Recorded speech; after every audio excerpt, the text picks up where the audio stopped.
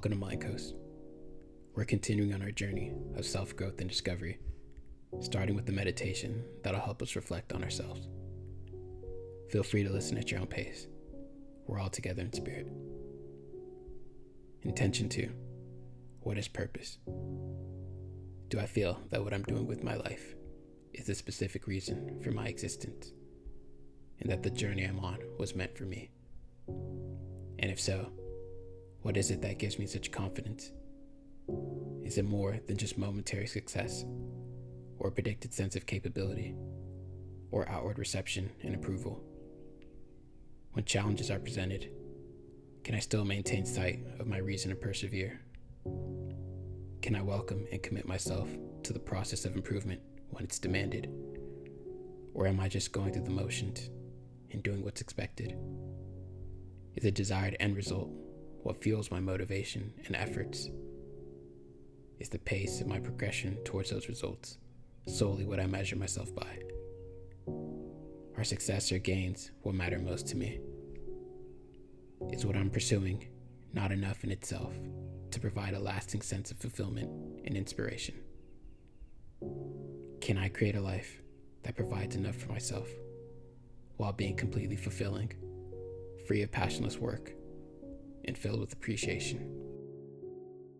The idea of purpose can vary between people, but for this discussion, what we're referring to is our most fulfilled state of living, in which everything we're working towards can contribute to our positive, well-rounded growth and fulfillment of peace.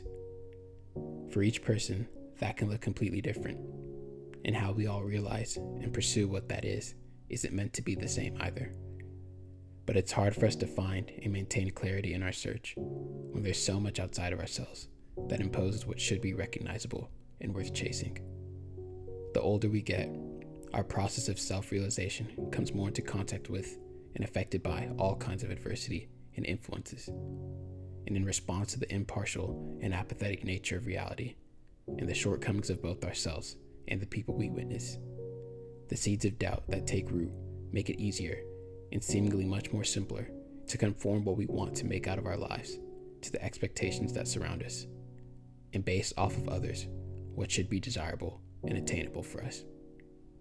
We're most inclined to pursue an interest out of the likelihood of financial stability because there's so much social obsession with the fear of its absence or the status of having it in abundance.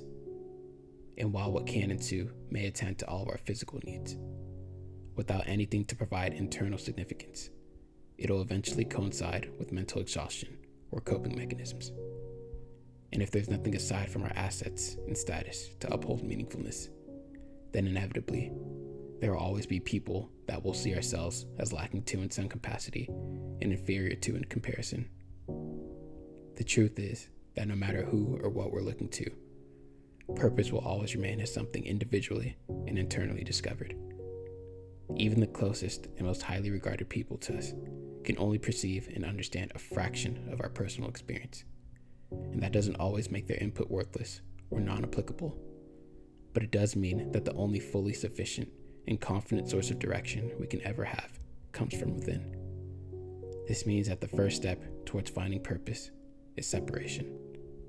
Not a literal one, but on a deeper level, it's a complete realignment of the mind that calls us to retrace every ideal of success and value that we've adopted and ask ourselves, does this mindset actually resonate with me, or does it feel imposed? Do I feel any peace right now, or am I waiting for a potential result to make my present worthwhile?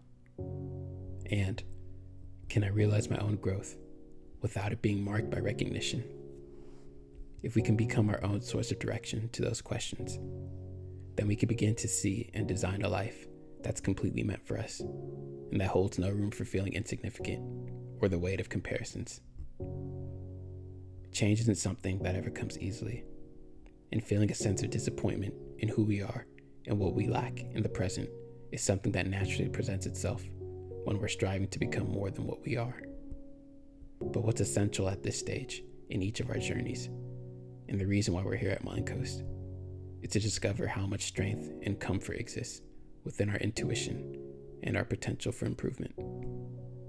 It won't always be visible or understandable to other people, but becoming self-reliant in this manner is what frees us from the pressure to hasten or match our progression to others, and gives us the peace to embrace where we are in the present and the uniqueness of our journey.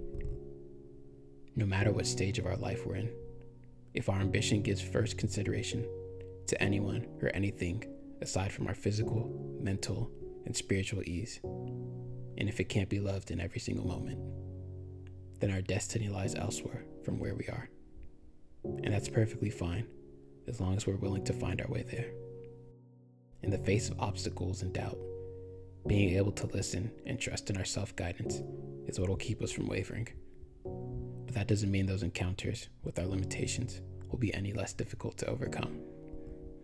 Once we've realized our ideals, the journey towards their fulfillment can be unknowingly difficult and timely, and the self that we are required to become can put us through the greatest trials of patience and persistence we'll ever know.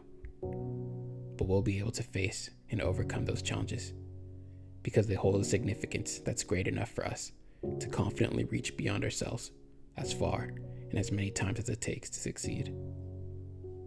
Calling back to our reflection on what purpose is, even though it's for all of us to individually discover, we can all take the first step towards that from wherever we are by asking ourselves this simple question: what good can I commit myself to doing each day for the rest of my life?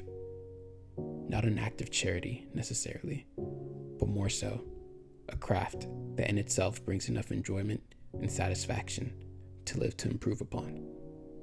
That passion and devotion is what will bring peace, which in turn brings clarity when we're making life decisions, even if they stray away from what's typical or expected.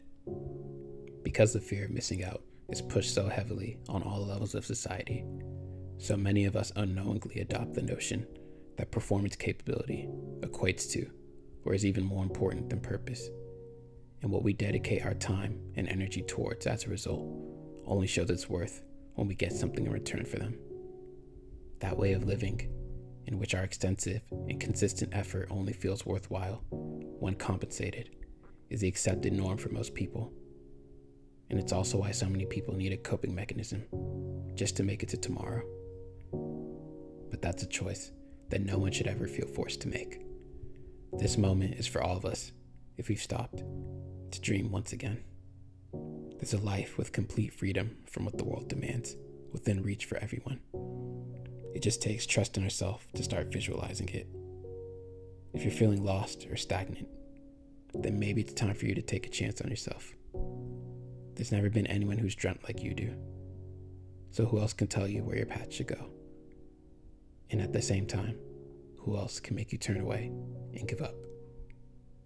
Our world holds such a great obsession for opportunity, and that energy of desperation that continues to intensify and spread is why so many people half-heartedly conform their identities for a chance at having those limited opportunities. But we're choosing something else. At Mind Coast, we'll only continue to refine and trust in ourselves each day, so that the opportunities we become able to create are perfectly sufficient in every way. Thanks for listening. Feel welcome to join our community, and I hope we meet again. Peace.